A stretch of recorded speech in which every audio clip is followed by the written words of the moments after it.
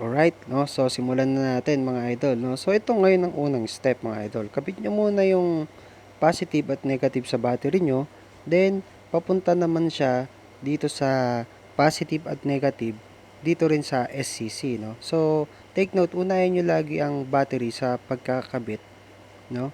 Bago nyo muna ikabit yung solar panel. So, kailangan mauna muna yung battery papunta sa SCC.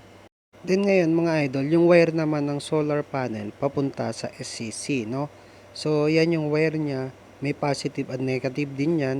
Then sa SCC rin mga idol is meron din siyang positive at negative. Sa madaling salita mga idol, yung solar panel na yan, pag nakakabit na siya sa SCC mo mga idol, then diyan na siya kukuha ng pang-charge papunta sa battery nyo, no? Basta meron lang sikat ng araw mga idol. Ang next natin gagawin mga idol is kakabit natin yung auxiliary lights na ito dito sa DC port, no?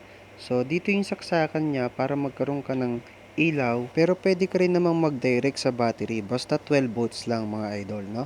So, yan na. Nakabit na natin mga idol. Yan, no? Lakas ng ilaw, di ba? Napakalakas ng ilaw niya mga idol, no? Pag mayroon ka nito idol, makakatipid ka sa kuryente mo, grabe. Sobrang makakatipid ka pagka meron kang ganto, pag meron kang solar panel. So ayan mga idol, natapos na natin kung paano i-set up ang solar panel. Ito nga pala mga idol yung halimbawa, no? Pagka nasa bubong nyo na ang mga solar panel, no? So 6 na piraso yan mga idol, no?